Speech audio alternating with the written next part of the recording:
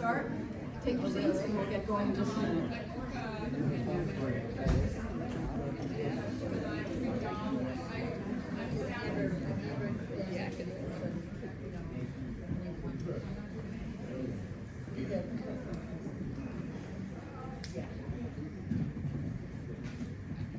Good evening and welcome to Stories on Stage Sacramento. I'm Sue Staats. I'm filling in tonight for Jessica, who's had a family emergency and couldn't be here. But fret not, she will be back in September for our next event. We are very excited tonight to bring stories to you from all the former directors of Stories on Stage, which includes Valerie, Fioravanti, me, Shelley, Blanton-Stroud, and Dorothy Bryce. We are dividing this into two sections, with an intermission in the middle. The first section will be fiction. The second section will be nonfiction. But before we start our program, I'm sure you noticed all the photographs on the wall. We are very, very honored tonight to have with us the person who took those photographs. Her name is Alina Tulu. There was an article about her and her photographs in the Bee today or the other day. And she is from Ukraine, and she took these in Ukraine just a few months ago. And I am inviting Alina up to the microphone now to tell us a little bit about why she went there and what she was looking for.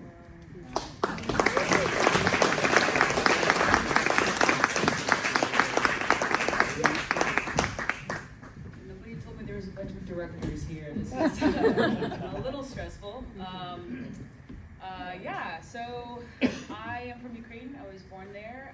My family and we actually came as refugees in '99. I have a lot of friends and family that are still there, and so before the war began, I said, hey, if anything happens, I'll be waiting for you there at the border to bring you guys out. But my family, they're patriots, and I'm very proud of them, but I also am frustrated with them, but because they didn't want to leave. There were a lot of people that were left behind, and so they stayed back, and they were helping them, and so I was helping bring refugees out for the first 3 weeks, and it was only a 3-week trip, but everything that I saw there, I was so just moved that it truly 3 weeks, it changed my life completely. Wow, I didn't know I was gonna start crying. Okay, so actually this is probably the first time I'm actually talking about Ukraine since I came back, so that's why I'm kind of really excited about this entire exhibit. But I'm also nervous because I don't know what tomorrow's gonna be like emotionally. But so I went there, started 3 weeks, and then I couldn't go home because I just was completely moved. But I did come back for 4 days to bring supplies. I had to get some tourniquets, gas masks, a bunch of stuff that we needed for the military and doctors out there. And so came back for 4 days, grabbed the stuff, and went back. And so it's been about a year that I was there. Wow. So a lot of the photo actually that you guys see here today, I was part of teams that we were the first ones coming into a lot of the zones. So we were part of the teams that were in Bucha, Baradanka, Irpin. So you get a lot of uncontaminated evidence of what was actually there, which I think is kind of actually really valuable and kind of rare at the same time. So what this gallery is going to take you through my entire journey from the Polish-Ukrainian border all the way to Eastern Ukraine where my family and friends are. You're only seeing maybe about a fourth of what that actual exhibit is. We're going to have this whole other wall and a central wall as well with the images. It'll be a pretty intense experience. And then I don't know what else to say, but When is the exhibit and how is it here? It'll be here. Yeah, it's here. When? It's tomorrow. Tomorrow 5 to 9, and then it's on Sunday as well from 2 to 6 p.m. So we're gonna have some of my friends have Lake Twins Winery, which are doing the wines here. We have some Faust from Napa. We have some bubbles, so it'll be a great time. We also have soldiers from Ukraine coming as well. As part of the Prosthetic Foundation. So they are amputees, and so they receive prosthetics through this organization, and then they're coming to help get funds for more of the soldiers that are in need. So they're going to be here tomorrow, sharing their stories. We'll be doing Q&A with them as well. So, is there a charge for it? It's only $15, and it'll just help cover the cost of the event. It'll be a pretty wonderful time. So I look forward to see you guys there if you have the opportunity to go. Thank you so much.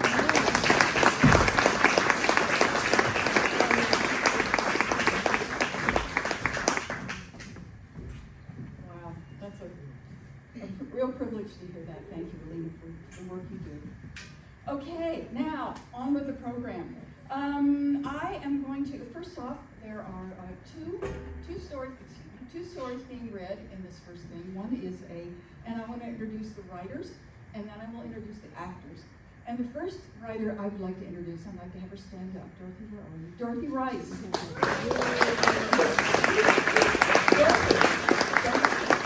Dorothy has published 2 memoirs, Gray is the New Black and The Reluctant Artist, both for sale back there. She was also the author of the first Stories on Stage anthology, 2020, 43 stories from a year like no other.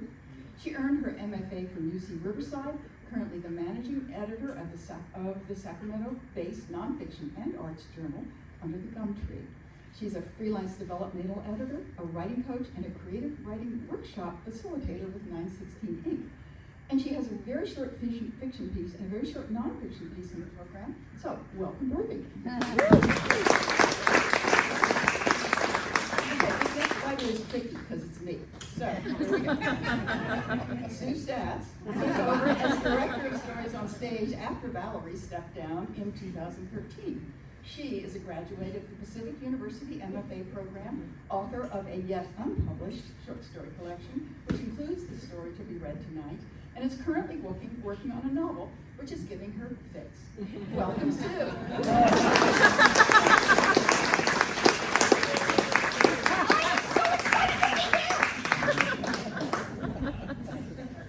Thank you, Sue. Our actors tonight are Gay Cooper and Justine Lopez. Gay Cooper will read the fiction pieces in the first section, and Justine will read the non-fiction pieces in the second section. Gay, can you stand up? We want to meet you first.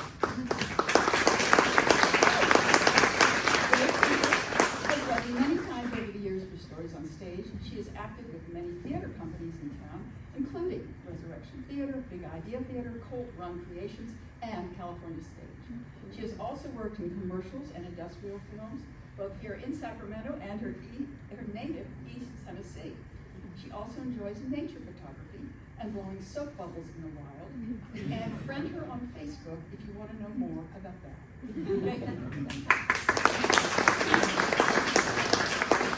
I'd also like to welcome back another reader we've seen frequently, Justine Lopez. Justine, can you stand up, please? We'll see you. Justine studied theater arts at Cosumnes River College, and for the past 8 years, she's devoted her performance career to comedy. She currently teaches Improv 101 and Improv 201 at the Sacramento Comedy Spot, and regularly performs with the Lady Business, Sacramento's longest-running all-female improv troupe, Masters of Rock Improv, and Anti-Cooperation League. Justine also co-produces and co-stars at Capital Pun this month, Sacramento's only monthly pun tournament show.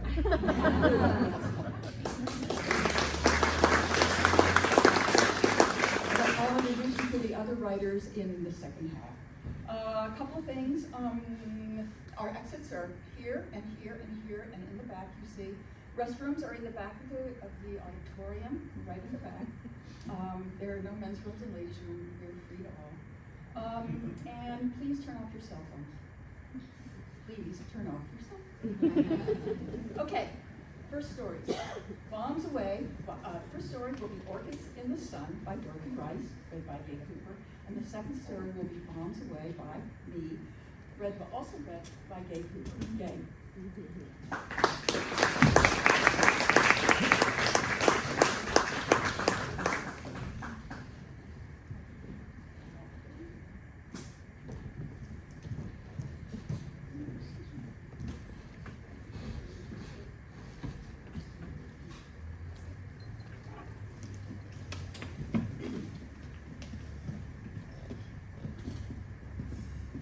Orchids in the Sun by Dorothy Rice. This story was originally published December 23rd, 2022 in Literally Stories. Sadie Blankenship was raised without faith, which she'd always been stubbornly proud of.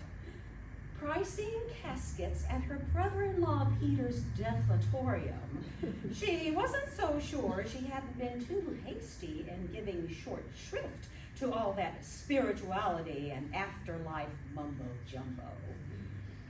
In her 80th year aboard the mothership, with achy hips, estranged from her two narrow-minded children, she wondered if daughter Maribel hadn't been right after all. What had the ungrateful girl screamed out the car window before tearing away from the house the last time? Always so dramatic. Something about her mother likely running out of time to make things right before the Grim Reaper plucked her number. Sadie fingered the sateen lining of a glossy walnut casket. She slumped into a padded chair, clutching an alligator handbag to her saggy bosom.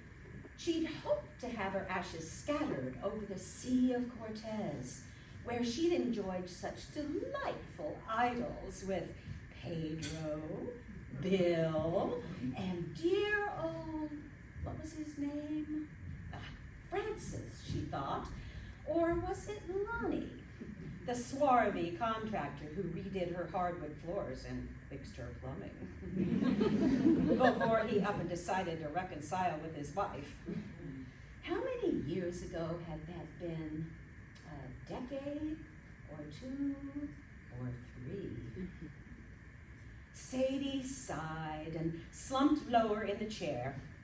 Her children hadn't approved of her liaisons. Maribel used to say her mother was an embarrassment. Sadie chortled and hummed the Cyndi Lauper tune that used to infuriate her children to no end. Girls just want to have fun, which dissolved into a coughing fit. Now, when Sadie felt the need to put her affairs in order, no one would commit to scattering her ashes. Not her children, not Pedro, Bill, or dear old, what's his name? Hence the possible change in burial plans. Besides, there was the question of the soul, the spirit, or what have you.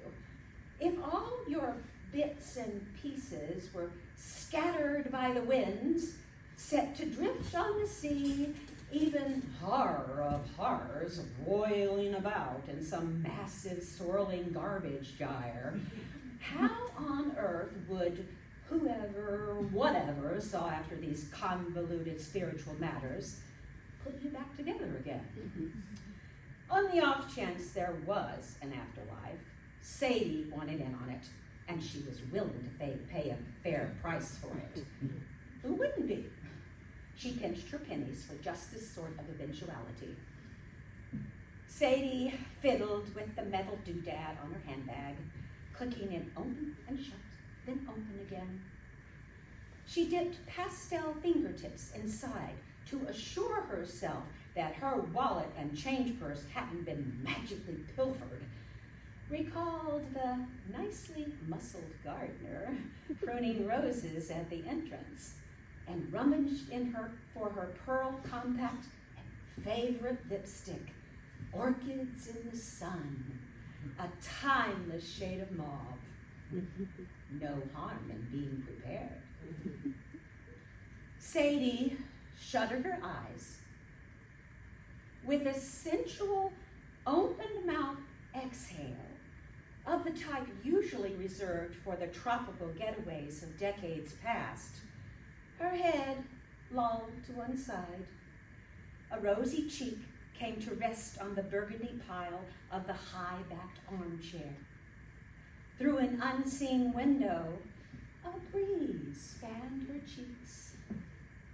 Or was she now holding a fan? Yes, yes. The delicate wood one decorated with painted palm fronds. And who was that approaching from across a white sand beach? Barefoot, with a broad, welcoming smile, white shirt tails floating on the breeze. Oh, yes, yes, dear Bill. Or was it, what's his name? No matter. He reached for her hand, drew her upright, her skin warmed by the sun, their bodies touching, his hands at the small of Sadie's back, hers beneath the solid curve of his biceps, just so. Yes. Yes. And that's how Peter, the undertaker, found Sadie Blanton-Stroud, clutching a melty lipstick. And uncharacteristically joyous, albeit stiffening, smile creased her powdered cheeks. Sadie was buried in the last casket she touched, which her children gladly paid for. She was still smiling, still grasping a well-used tube of orchids in the sun.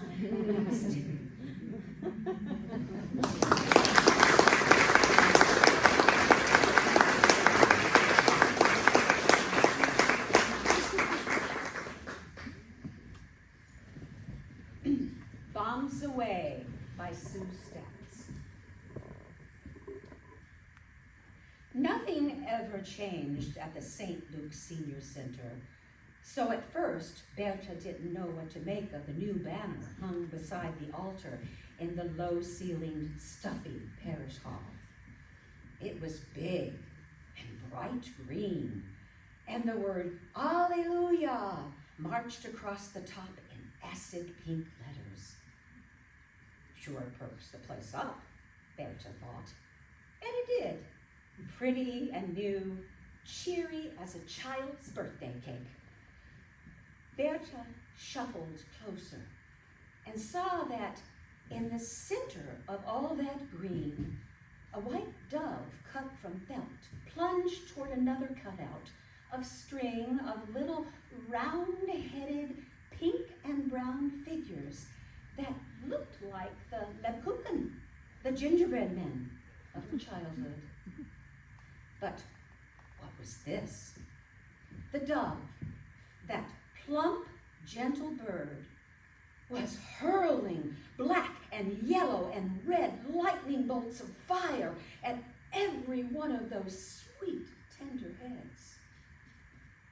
Berta sat, harder than she'd intended, on one of the wooden folding chairs arranged in a circle. A dove dropping fire, and dropping it so suddenly and unexpectedly onto those innocent human children. Wasn't a dove supposed to mean peace? Now, the banner didn't seem so pretty. Well, it was still pretty, but also horrible. Berta sighed. Everything was so confusing lately. But what did she expect? The senior center and the church that ran it couldn't be trusted. Like the banner, it was full of contradictions, and Berta hated it. She hated how her daughter Elizabeth dropped her off and told her to have a nice day.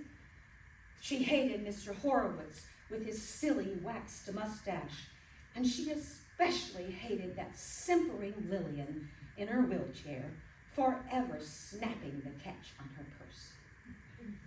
The only person she liked was Ed, crazy Ed. And there he was, shambling in behind his wife Dulcie, who settled him in on one of the folding chairs, like she did every morning. Dulcie cupped Ed's shoulders and leaned down. "Pucker up, Eddie," she said, and he did. And they kissed.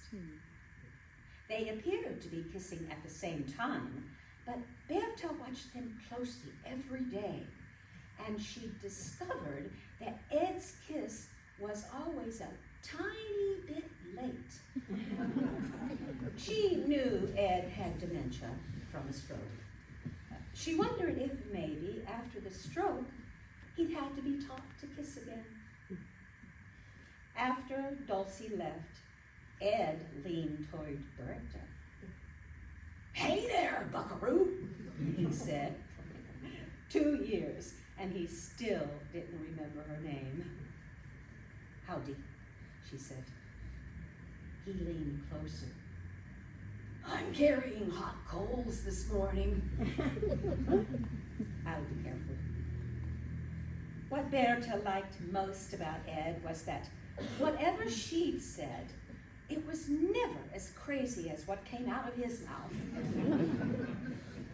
"Vile breezing dove," she whispered, and Ed followed her pointing finger, tilting his head skyward, a sextant fixed on faraway stars. "Alleluia," he said. "Bombs away!" "That's what I thought," Berta said. The figures under attack by the dove were all connected, like they'd been folded from paper and clipped with scissors. And then Berta was sliding back 70 years to the Dresden bomb shelter, to a cold concrete floor where she sat and cut chains of dolls, just like the ones on the banner, to distract her sister Daisy. Daisy drew the faces on the little round heads. "This is Papa, this is Mama, this is Hans, this is Frederick, this is you, Berta." But one day, there was no warning siren, and Daisy and Papa and Mama and Hans and Friedrich and their house were blown to pieces while 2 blocks away, Berta waited in line for something. She couldn't remember what. She found her schoolwork, her sketches and paintings, charred and scattered in the street, until someone finally led her away. She squatted in the rubble, folding and cutting round-headed paper dolls for Daisy. Much of her best artwork was accordioned into stiff arms and legs. Part of an eye here, a bright pink watercolor rose there. Her daughter Elizabeth recently said to her, "Mama, you can't be left by yourself anymore. Sometimes I think you don't know where you are." Berta said, "No, I'm just sinking more." But it was true. She lost hours every day. Sometimes people looked at her like she wasn't making sense. Mrs. Gellhorn, the senior center supervisor, clapped her hands. "We're starting Story Circle," she said. Berta started to ask her about the dove and the killing, but Mrs. Gellhorn had jumped up together in Ed before he wandered out the door. A microphone and recorder had been set up on the table in front of the altar. The seniors gathered with a shuffle of walkers. Berta sat next to Ed.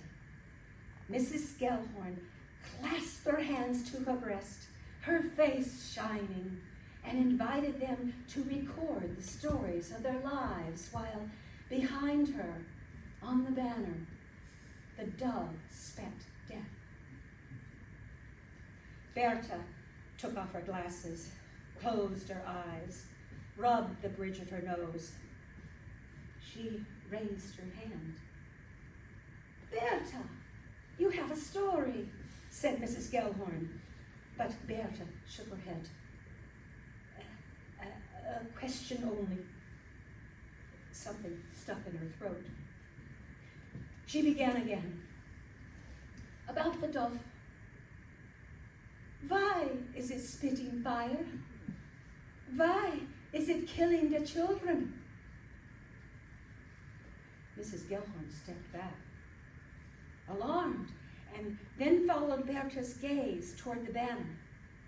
The silence in the room stretched and deepened. Even the purse snapping stopped. Then Mrs. Gellhorn laughed. "Oh, Berta," she said, "those aren't flames. That's God's love." Her voice rose on the word love. "It's about Epiphany."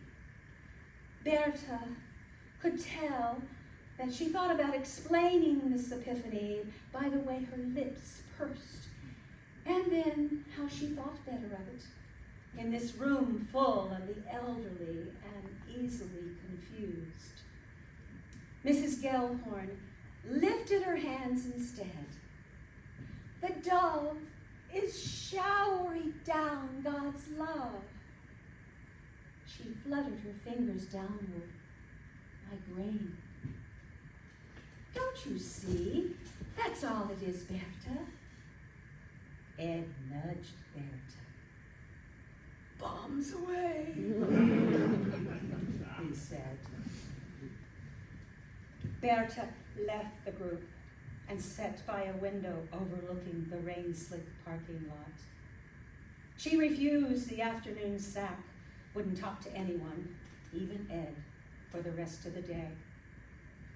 She knew that when Elizabeth arrived, she and Mrs. Gellhorn would whisper together. She also knew that after dinner, Elizabeth would suggest that maybe she wasn't happy at the senior center, that maybe she needed a more structured environment, maybe that lovely assisted living facility they'd visited. Berta intended to ask Elizabeth how she'd like to be parked in a stinking hallway all day. A little after 5, Dulcie breezed in. She held Ed's coat, but Ed ignored it and moved toward Berta, bent down and cradled her face in his hands. His palms were soft, the skin papery.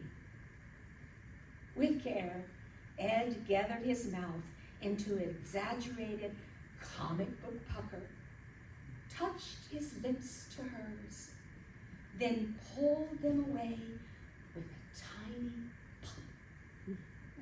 A kiss. "Have a nice day," he said. "Oh, Eddie, don't bother Berta," Dulcie said, and guided his arms into his sleeves, buttoned his buttons. He turned, obedient as a dog, and followed her out the door. Berta turned back to the window. She could still feel Ed's lips on hers. They'd been cushiony, like a child's. Outside, wind bent the trees. Down in the parking lot, Dulcie helped Ed into their car, leaning in to buckle his seatbelt. Berta pressed her fingertips to her reflection on the rain-streaked glass and thought of Daisy's bright, curious face. How lucky she was to have died in an instant, blown into an endless blue sky, her million incendiary sparks winking out all at once, instead of dissolving drop by drop, as Berta was, into a thirsty, forgetful earth. She thought of the doves, the shards of fire.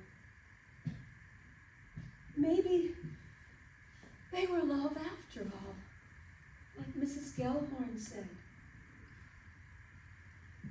She closed her eyes, calling them down. "Right now," she whispered. "Right now."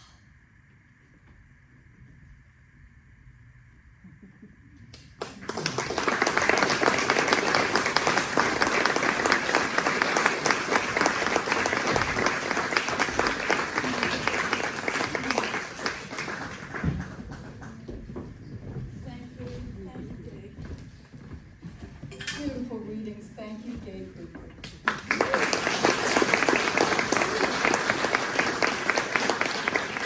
And now we have a short intermission. We have cookies left, we have water, we have books for sale, and we have all these beautiful photographs to look at. So take 15 minutes and we'll be back with nonfiction very soon. Thank you.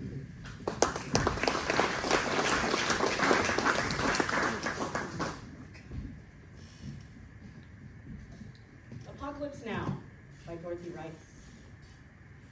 After the last sold-out show of the weekend, I stood sentry behind the concession stand counter, pregnant belly pressed into the cash drawer, while the high school kid who helped out on weekends herded our pumped-up, arguing, theorizing, sugar-high, butter-fingered patrons out the double front doors, flung wide to strength lamp lit, movie set perfect, historic Main Street. I smiled and chirped, "Good night," and "Thanks for coming." One hand splayed on my belly, willing the baby to move, the other twitching to get at the money. All those crumpled 5s, 10s, and 20s shoved into the drawer when the pushing, shoving, just let me inside lady line snaked clear to the corner, followed by the greedy, guzzling demand for expensive gourmet treats. "All clear, boss," the kid said, giving me a cocky salute. "Check the restrooms?" "Oh, yeah."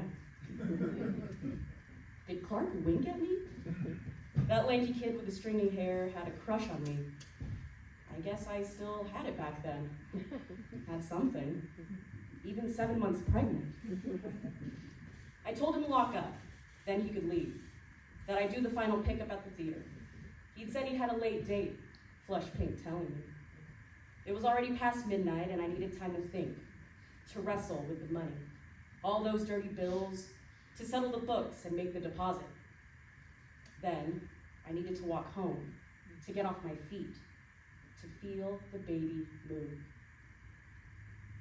I clicked off the front lights, yanked the cash drawer open and stuffed the contents into a dented tin box. Clutching the box under one arm, I shuffled across the lobby's matted maroon carpet and locked myself inside the theater's closet-size office. Collapsing into a second-hand swivel chair, cash box cradled in my lap, I rocked side to side, pivoting on sweaty, swollen feet. I plucked a sweaty blouse from my throat, closed my eyes, and took a few deep breaths. It was earlier that night, between the second and last shows, when I joined Carl in the dim-lit theater to lumber between rows of bouncy seats, pushing a broom to dislodge hidden trash, the tips of my sneakers invisible beneath my belly, that I slid in a butter slick and smacked my tailbone hard. He held me up, asked if I should go home, the whites of his eyes wide like he didn't know this helpless, fat, beetle on its back version of me. I said I was fine. Now, alone in the stuffy office, fingers tacky with butter grease and soiled money, gut queasy with candy and ice cream for supper, I counted the tickets, then the cash, rolling crumpled bills flat on the edge of the scratched metal desk. 3 sold-out shows, plus concession sales. Always the calculations. How many weekend shows before my due date? How much could I safely skim? I tucked 3 20s into my stretched-out bra, took a deep breath, snatched 2 more from the stack, an even 100. A lot of money back then. I filled out the bank deposit slip, jotted a note to the managers, 2 young guys, friends. Another great night. My firstborn, jogged loose by that smack on the tailbone, was born the next day. 6 weeks early. An hour after Mount St. Helens erupted, apocalypse then. He has children of his own now. Whenever I drive through a small town, whenever I read about volcanoes, whenever a lot of things, I'm 26. I'm locked in a stuffy office, convincing myself that no one needs those tacky 20s more than me and my baby. More than anything, I want to tell those two young guys, I'm sorry. That I was scared, and I believed money would help.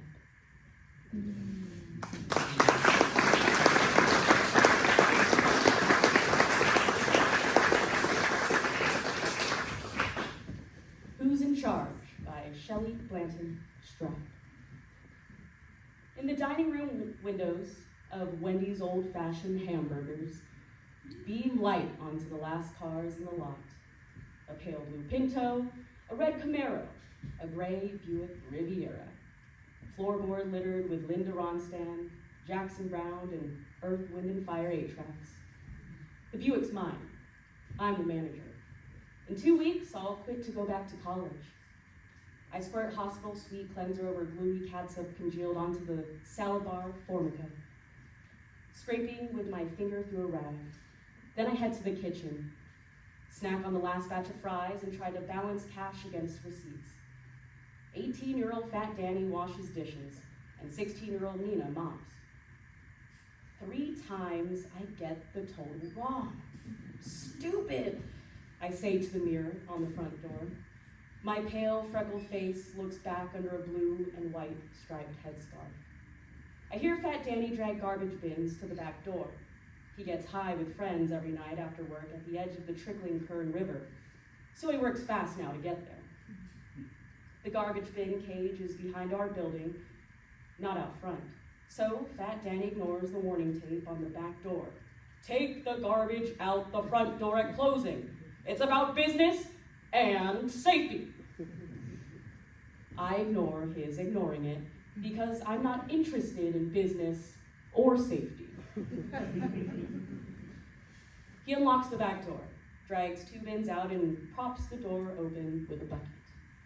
A minute later, Nina screams, and I turn, annoyed. He's back, without the bins, dragged by 2 guys in black ski masks. One holds a machete at Fat Danny's throat. The other points a sawed-off shotgun at Nina, whose eyes are leaking, her mouth covered by a big hand. Who's in charge? Gunboy's knuckles are white, his ropey forearms dry and red. She is, Fat Danny points at me, but I'm not. Yesterday, Nina noticed we were selling too many milkshakes. I tasted one, dense and sweet, like the gelato I'd discovered 5 years later.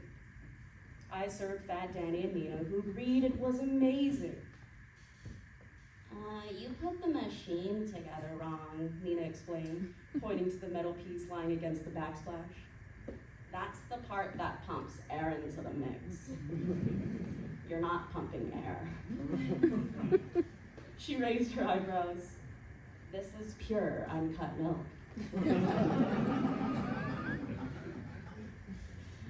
I scraped the last bit out of my cup. It's better this way. I said nothing more, but Nina reassembled the machine, biting the tip of her tongue, concentrating, getting it right. I've never been known to take charge. Gunboy's weapon moves up and down, side to side like a sprinkler head. His Adam's apple bobs below his mask. You, he tells me in a high, squeaky voice, give us the money. I don't have any money, I say. Everything's fuzzy. Not your money, Wendy's money. Fat Danny's lips move oddly, in the wrong shapes, at a different pace than his words. Bitch! Gunboy yells. He has the same slight build and just turning voice as Gary, a guy who'd sat next to me in the Algebra 1 class I nearly failed. They're kids, I think. I'm 20. Everything stops then like a broken alarm clock. I'll give you the money, I say. We aren't going to be in any trouble. Get it, Gunboy says, voice cracking on get. It's in the safe. Do you want me to take you there now? Yeah? Gunboy asks. You want to come with me? Come with you? Yeah. He licks, then chews his top lip and half-inch of mask. We walk past 2 wide sinks full of soapy mop water, a dripping onion ringer, and a laminated poster describing labor law in plain English. I ask, "Can I sit to open the safe?" "Sit!" I do it, opening the safe and pulling out the zippered bag.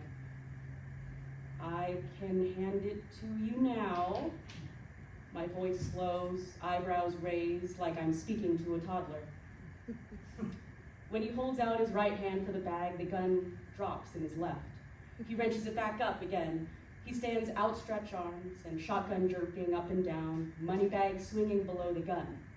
Everything is moving but me. He's scared. I understand. "We'll go into the freezer. We'll stay 10 minutes so you can get away." Yeah, Gun Boy says. He flicks his gun at Knife Boy, who opens the freezer door and pushes Fat Danny in. Nina's regularly olive skin is soft-serve white. I back into the freezer after her. Gun Boy's blue eyes round through the holes in his mask. He says, "Thanks." Almost exactly like Gary from algebra. "You're welcome. Come again." I say, reverting in script. The freezer door thunks, huge and stainless. We're surrounded by frozen sliced potatoes and hamburger patties, insulated, just us 3. "Sorry," Fat Danny says, eyes watery behind aviator glasses. "I fucked up." I've never looked straight at him before. Even in the freezer, his forehead shines. "It was me," I say. "I was in charge." "Well," Nina says, not finishing. She lets her left cheek dimple. Fat Danny's nose crinkles. He tries to stop a giggle, but his shoulders shake, belly jiggling.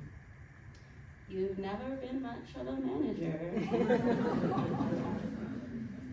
"I'm not," I agree. Nina snorts. "Sorry." "You're in charge tonight, though." Fat Danny looks at me without blinking through smudged lenses. I shiver, open the freezer door and yell, "Hello?" Protectively. I turn back. The coast is clear.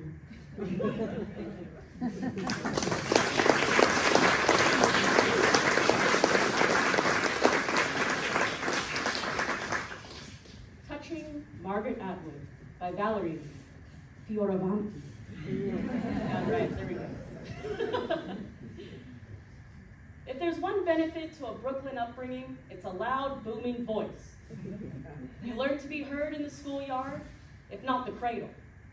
In a world where sidewalk territory was a conceded cement square by square, where insults were merely the foreplay of torment, I developed a knack for exposing secret shames.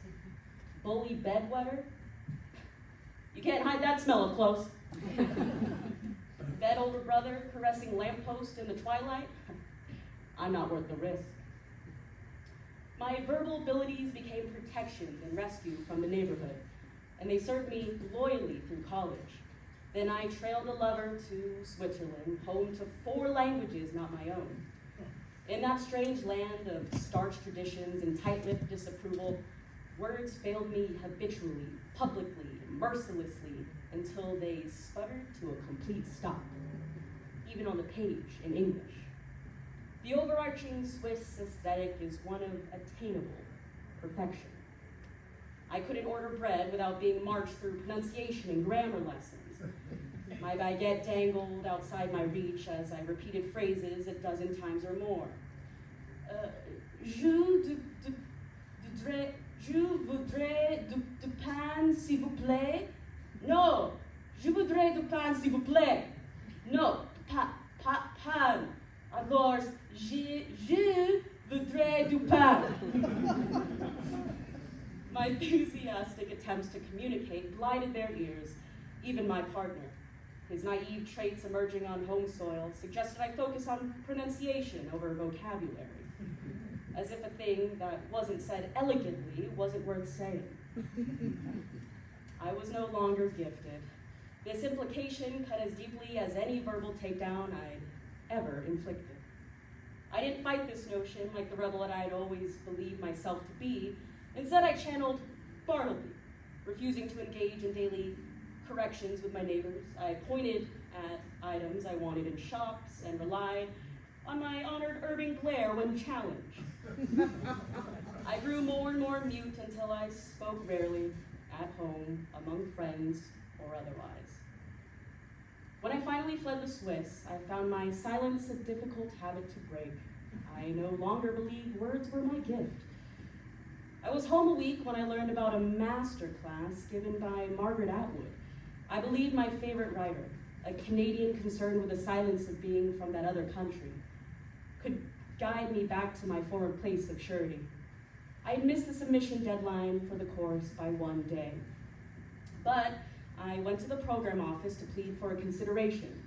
In my mind, Switzerland was a nation of torment, so I begged for a deadline extension as I shared my story of never-ending corrections in French, German, and Romansh. Unfortunately, my tale of poor treatment as an expatriate didn't elicit sympathy or any extension from the program staff. I persisted, hoping to shake off the rust to appear worthy of Margaret Atwood's time.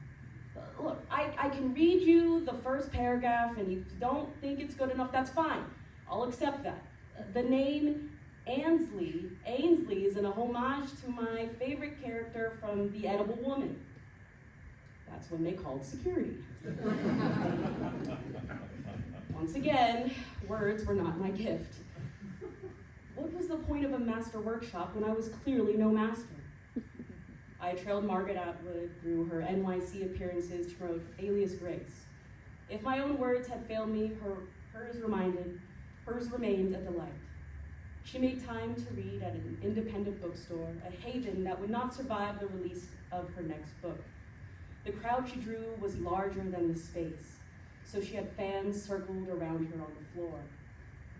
The microphone wasn't working properly. Whenever she spoke, the treble squeaked and bleated, but the noise of the bookstore and the Broadway street bustle meant she couldn't be heard without it. 20 minutes into the equipment troubles, Miss Atwood rested her hand on the head of a young man with wild shoulder-length curls, and the noises disappeared.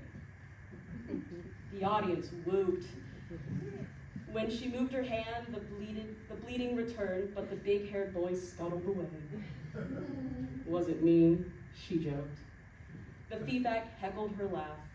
The space around her had widened, and my friend elbowed me. They're never going to fix that. I tripped over my own backpack, practically tumble-salting to her side, but the audience applauded my bravery. Miss Atwood put her hand on my head, and the mic quieted. She swatted the tech crew away and began reading. For a delicately featured woman, she had a firm, sure touch. I was in the grip of someone in command of more than her words, and her assurance seeped through to me. A boon from the fingers of my favorite writer. Something random, but too large to be ignored. A sign. As she read her image of 1850s society women, jellyfish ladies, as lovely illustrations moved me so literally that I broke contact and feedback returned. She adjusted my head without interrupting the rhythm of her sentences. I thought of the women who teetered through my Brooklyn neighborhood, heels high and hair higher. They appeared tough as they sashayed for attention, but that attitude was its own lovely illusion. They were modern jellyfish ladies, short on education and opportunity. They perceived their romantic lives as their primary source of rescue, just as Atwood's society ladies once did. I wanted to write them beyond such outdated notions, give them space on the page that went deeper than their usual depictions as comic relief. As I thought about how I would portray these women, my left hand itched for a pen. I wanted to sweep Margaret Atwood up and dance the mad jig of inspiration. Part of me thought she could do this without missing a word from the chapter she was reading. She had powers, that one. I believed. When she was done reading, she took my hand in hers and mouthed, "Thank you." I beamed my reply. This time, words didn't fail me. They were unnecessary. Thank you.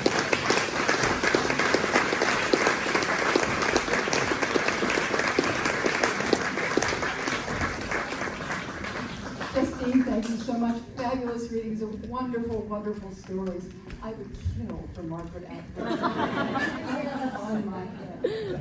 Thank you all so much for being here tonight. Take the summer off, or my tie by the pool, because we won't be back till September. On Friday, September 9th, we will feature stories from our volunteers, our very talented volunteers. Practically nobody who volunteers for stories on stage is not also a writer and a lover of stories. And two of our very most loyal and wonderful volunteers, Anna Cotham and Joelle Aragon, they have stories that will be read at that event on September 9th. So,